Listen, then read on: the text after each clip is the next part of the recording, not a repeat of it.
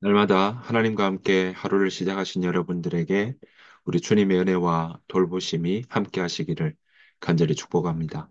오늘 함께 보실 하나님의 말씀은 욥기 3장입니다.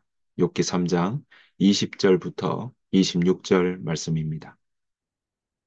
구약 성경 욥기 3장 20절부터 26절 말씀. 어찌하여 고난 당하는 자에게 빛을 주셨으며 마음이 아픈 자에게 생명을 주셨는고, 이러한 자는 죽기를 바라도 오지 아니하니 땅을 파고 숨긴 보배를 찾음보다 죽음을 구하는 것을 더하다가 무덤을 찾아 얻으면 심히 기뻐하고 즐거워하나니, 하나님께서 둘러싸여 하나님에게 둘러싸여 길이 아득한 사람에게 어찌하여 빛을 주셨는고, 나는 음식 앞에서도 탄식이 나며 내가 앓는 소리는 물이 쏟아지는 소리 같구나.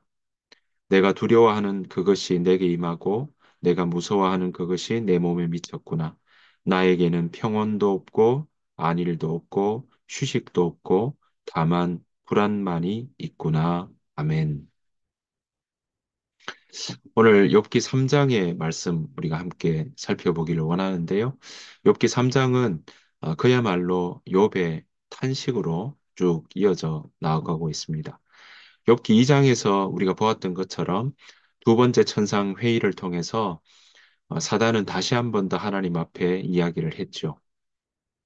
그 몸을 치게 되면 하나님을 저주하고 원망하고 떠날 거다. 그래서 하나님께서 생명만은 건드리지 말아라라고 하시고는 바로 사단이 욥의 몸을 치는, 그래서 몸에 종기가 나는 일들이 일어나서 질그릇으로, 깨어진 질그릇으로 긁는 그런 일들까지 벌어지고 있는 것 우리가 보았습니다.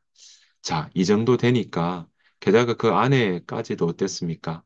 욥을 보고 어, 하나님을 원망하고 죽으라라고 하는 이야기까지 우리는 살펴보았습니다. 이런 상황에서 욥이 정말 얼마나 그 마음이 답답하겠습니까? 그래서 이 3장은요, 계속 그 고통이 극이 달하니까 자기가 차라리 태어나지 않았으면 좋았을 뻔했다. 그래서 태어난 날을 탄식하면서 두 번이나 어찌하여라고 하는 그런 대목으로 탄식하고 또 독백하는 그런 모습들을 우리가 살펴볼 수 있습니다. 아, 오늘 그러한 이야기들, 그 고통받는 욥의 고백들을 우리가 한번 살펴보기를 원합니다. 이 욥은요, 보시는 것처럼 14절 말씀에도 이렇게 이야기를 하죠. 자기를 위하여 폐허를 일으킨 세상 임금들과 모사들과 함께 있을 거다라고 이야기를 하면서 아, 내가 그렇지 아니하였다면 11절 말씀에요. 어찌하여 내가 태에서 죽어 나오지 아니하였던가? 어찌하여 내가 내 어머니가 해산할 때에 내가 숨지지 아니하였던가? 그러니까 차라리 안 태어났었으면 이런 고통 겪을 일이 없는데 나에게 이 고통이 너무나도 크다라는 것입니다. 삶의 어려움이 무게가 자신을 짓누르는 그 어려움이 너무 크면 그것 때문에 살아있는 존재 자체가 복되고 기쁜 것이 아니라 차라리 아, 죽는 게 낫다라고 생각할 수가 있다는 거죠. 그래서 내일의 희망이 없으면 잠자리에 누웠을 때 그 다음날 일어나는 것이 기대가 되지 않으니까 사면서 차라리 이렇게 자다가 아, 생이 끝났으면 좋겠다라고 하는 이야기들을 우리가 듣게 됩니다. 그러한 삶의 많은 자리에는요, 그런 탄식과 고통이 들어가 있다. 번뇌가 있다. 또, 그 삶의 무게가 너무나 짓누르는 삶이다라고 이야기할 수 있겠습니다. 그러니까 죽음이 두려운 것이 아니라 오히려 지금 살아가는 삶이 더 어려운 삶이고 더 고통의 삶이니까 오히려 내가 죽음이 더 기다려지고 최대의 기쁨이 바로 죽음을 맞이하는 거다라고 이야기를 하고 있는 것입니다. 그래서 3장 20절에 보면 이렇게 이야기하는 거죠. 어찌하여 고난당하는 자에게 빛을 주셨으며 마음이 아픈 자에게 생명을 주셨는고. 이렇게 이야기를 하는 거죠. 마음이 아파서 너무 눌려서 그래서 고통 가운데 있는데 왜 나에게 생명을 주셨냐라고 이야기를 합니다. 그 말은 뭐겠습니까?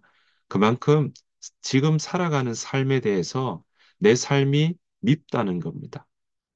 내 삶이 너무나 한탄스럽다는 이야기입니다.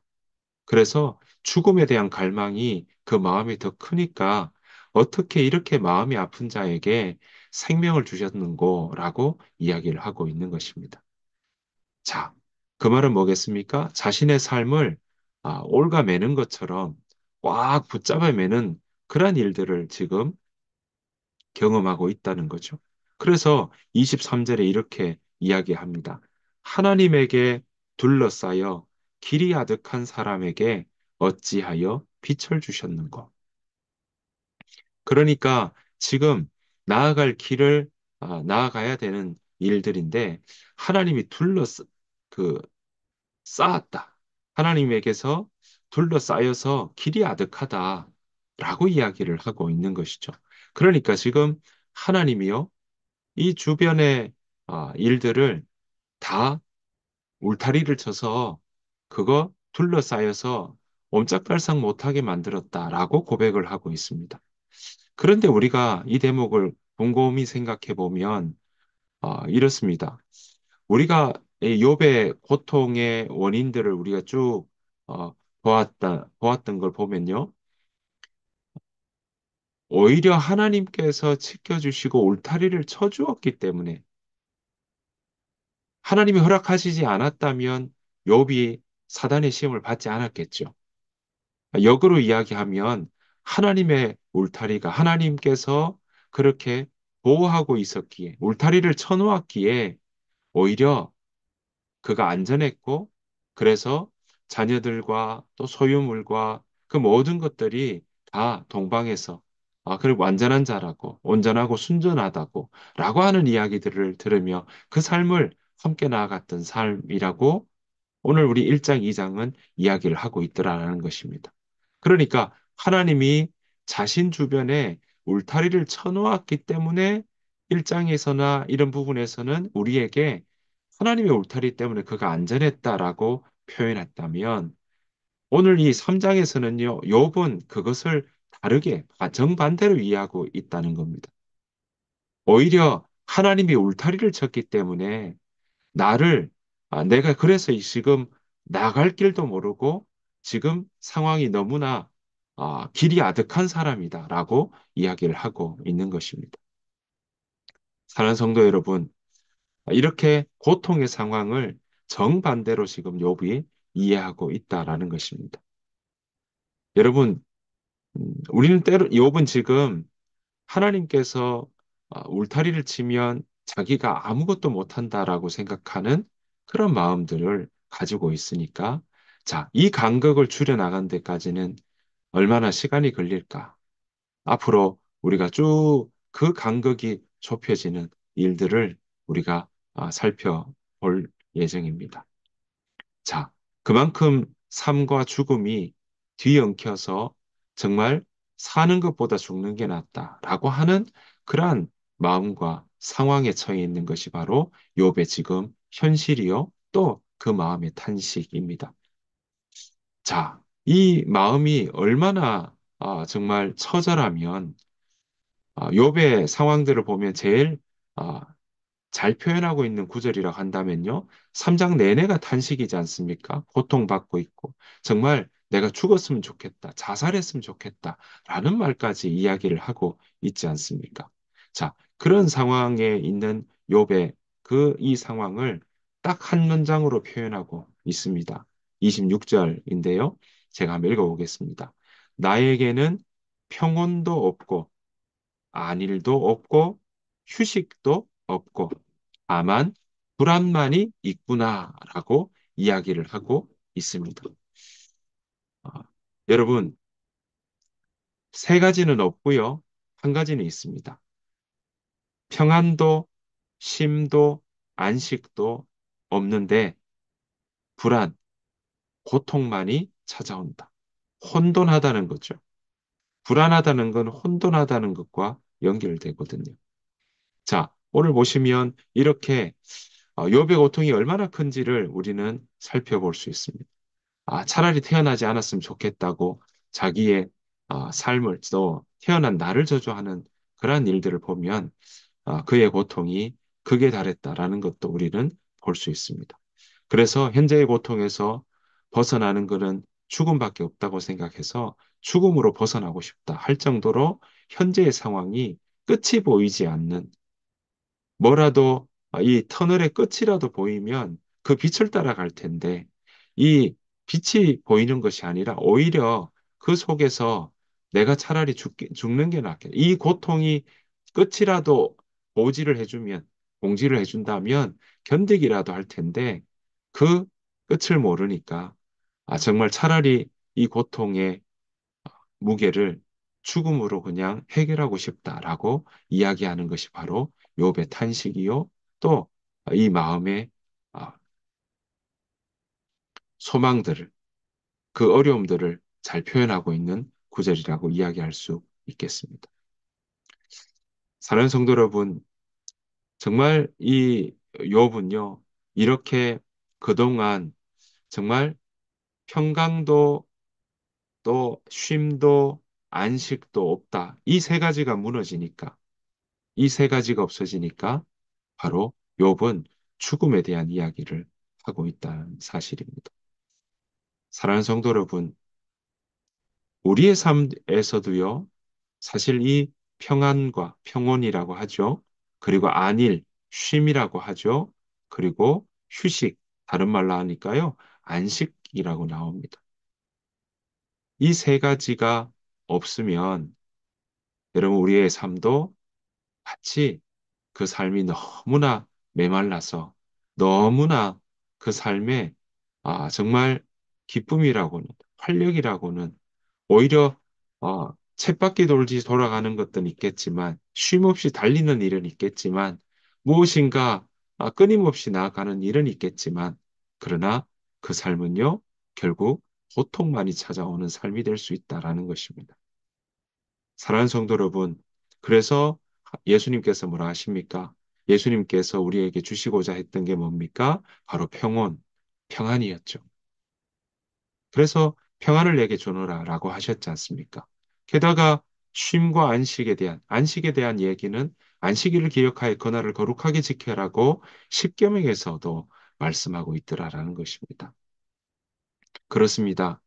여러분들의 삶 가운데 혹여 여러분들의 삶이 자꾸 메말라가고 또 여러분들의 삶에 대한 부분들이 자꾸 기운이 없어지고 또한 아, 뭔가 분주하고 바쁜 일을 해나가는데 우리의 삶 가운데 여러분들의 삶 가운데 정말 그 삶의 활력이나 기쁨이 점점 퇴색되고 사라져가고 있다고 생각이 된다면 내가 왜 이것 하고 있나라고 하며 자꾸 마음이 힘들어지고 무게에 눌리는 것 같다면 여러분 한번 여러분 삶 가운데 평안이 있는지 여러분 삶 가운데 쉼이라고 하는 쉼표를 찍으며 가고 있는지 쉼표 없이 달리는 삶은 아닌지 또한 하나님 안에서 안식하는 삶인지 다시 한번 점검해 보아야 할 것입니다.